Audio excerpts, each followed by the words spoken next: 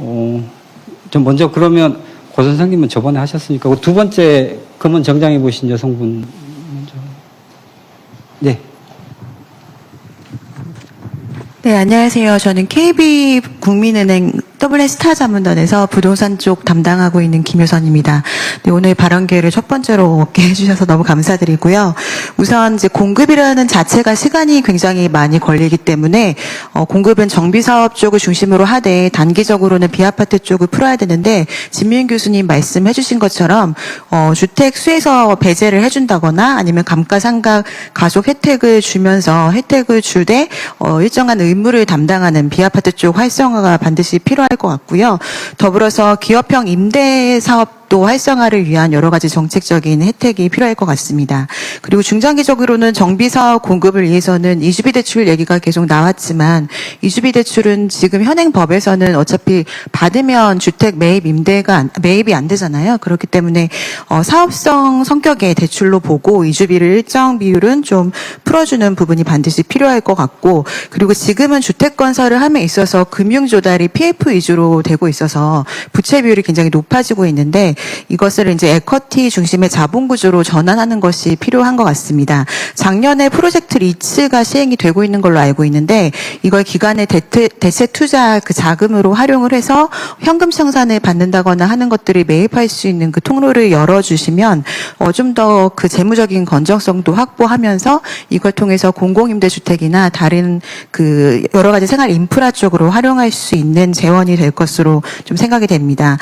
마지막으로 좀 한 가지 말씀드리면 서울이 사실은 대한민국의 경쟁력이잖아요. 그래서 지금 주택 공급이 반드시 필요하긴 하지만 계속해서 사회 구조가 빠르게 변화하는 것을 감안하면 모든 그 서울의 그린벨트까지 풀어가면서 택지화하는 것은 사실은 바람직하지는 않아 보입니다. 그래서 정부에서는 민간을 위한 서민 주거 안정 같은 것을 도모하되 사회 구조 변화에 발맞춰서 지금까지는 용도 지역지로 되게 오랫동안 되고 있는데 이걸 복합형으로 이제 바꾸는 작업들을 검토한다거나 중장기적인 서울의 그런 경쟁력 그리고 지방의 일자리나 의료 교통 중심의 그런 인프라 확보를 위해서 좀 더 힘써 주시기를 부탁드리고 싶습니다. 이상입니다. 네, 감사합니다. 또 질의 있으신 분 손 들어주십시오. 그러면 일렬에 저기 하늘색 이분은 제가 오늘 일찍부터 와 있었는데요. 거의 첫 번째로 도착하신 분이라서 성실에 대한 보답을 좀 드려야 될 것 같습니다. 안녕하십니까. 저는 류홈 나눔형 선택형 사전청약자 비상대책위원회 위원장이자 고양창명 S3 본청약을 진행한 하만환이라고 합니다. 대통령께서는 지난 23일 기존 제도를 믿고 행동한 국민이 정책 변경으로 피해를 입지 않도록 경계선의 피해를 최소화하고 청년, 신혼부부, 생애지초자와 서민 주거의 핀셋형 지원을 필요로 한다고 말씀하셨습니다. 기존 류홈 사전청약자들이 바로 그 대상입니다. 나눔형 선택형은 공급 물량의 80% 이상을 청년, 신혼부부, 생애체초자 등에게 특별 공급하도록 정부가 직접 설계한 공공주택입니다. 저희는 투기 수요자가 아닙니다. 내 집 마련을 믿고 4년 가까이 기다려온 8,000세대의 서민, 무주택 실수요자입니다. 정부가 안내한 연 1.9%에서 3% 고정금리, 최장 40년, LTV 80%, 최대 5억 원 한도의 전용 무기지를 믿고 무주택 자격과 거주 요건을 유지하며 다른 선택의 기회도 제한받아 왔습니다. 최대 5억 원, LTV 80%, DSR 미적용을 반영한 것은 진전입니다.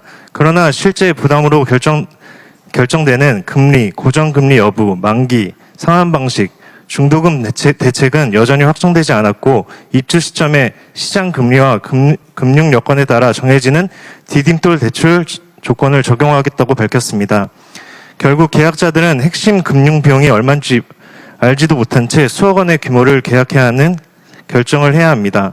계약은 지금 결정하게 하면서 그 계약을 감당할 핵심 금융 조건을 나중에 정하게 하는 것은 불공정합니다. 반면 30%는 공공에 환수하고 70%는 수분양자에게 기속되는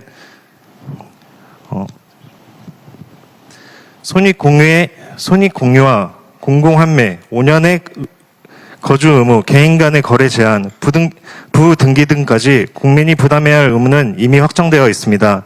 저희는 새로운 특혜를 요구하는 것이 아닙니다. 정부 공고를 믿고 수년간 제약을 감수한 기존 사전청약자에게 한정적인 경과 조치를 요구하는 것입니다. 정부는 2023년 신혼희망타운 금리 인상 논란 당시에도 공공의 신뢰를 지키기 위해 청약 접수일을 기준으로 기존 청약자를 보호한 선례가 있습니다.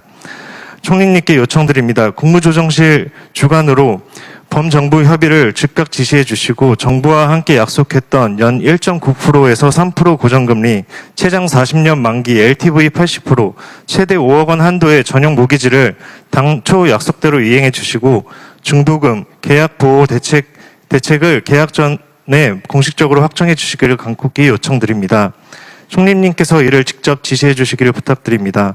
기존 사전청약자를 보호하는 것은 특혜가 아니라 청년, 신혼부부, 생애체초자와 무주택 실수요자가 정부의 공공분양 공고를 다시 믿게 만드는 일입니다. 감사합니다.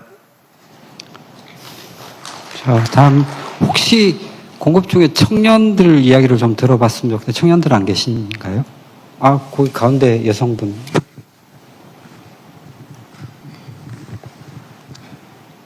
네, 안녕하십니까. 저는 서울에서 대학원 진학을 앞두고 있는 한채린이라고 합니다. 현재 공공임대는 청년들의 주거 안정을 위해 꼭 필요한 정책이라고 생각하지만 많은 청년들은 공공지원을 받기에는 여건이 맞지 않고 또 그렇다고 민간 시장에서 안정적인 주거를 마련하기에도 어려운 현실에 놓여 있습니다. 저 역시 최근 청년 매입 임대주택에 청약을 했지만 청약통장 납입 횟수 만점에도 예비번호조차 받지 못하고 떨어졌습니다. 이것은 저만의 경험이 아니라 정책과 시장 사이에서 갈 곳을 찾지 못하는 많은 청년들의 현실이라고 생각합니다. 청년에게 필요한 것은 단순히 싼 집의 공급이 아니라 예측 가능한 주거입니다.